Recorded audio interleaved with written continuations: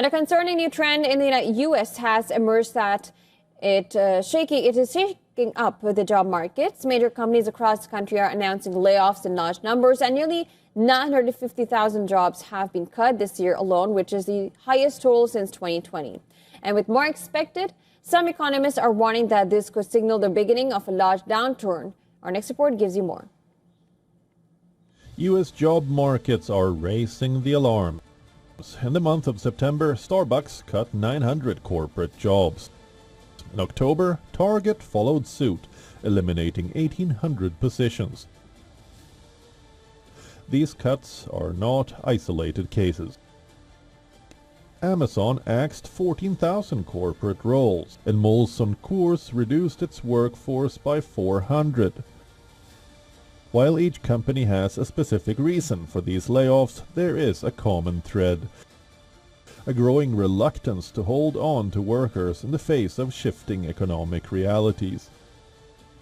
The recent wave of layoffs has raised concerns among economists.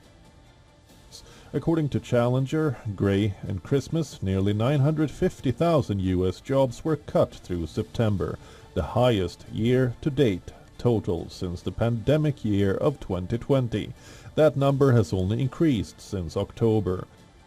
While 2020 was driven by the pandemic, these cuts are not linked to health crises. They reflect broader shifts in the labor market.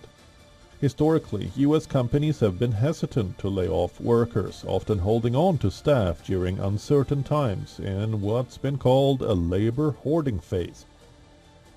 But with fewer available jobs and economic pressures from inflation and tariffs, many businesses are now choosing to cut labor costs.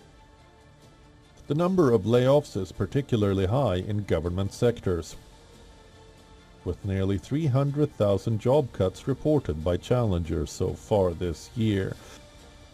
But industries like tech and retail are also feeling the impact.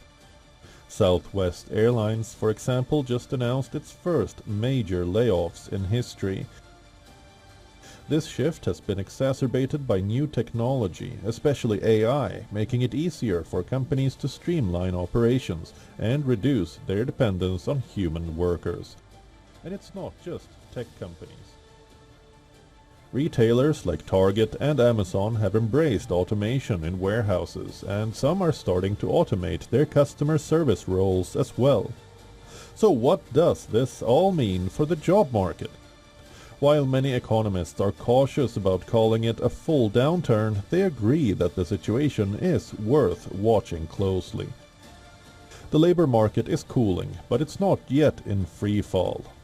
The biggest concern now is if this trend spreads beyond the tech and retail sectors, as companies turn to more temporary workers to fill gaps. Many are left hoping that the storm will pass. But with the number of layoffs continuing to rise, the next few months could tell us just how far this trend will go. Business Bureau, WION World is One.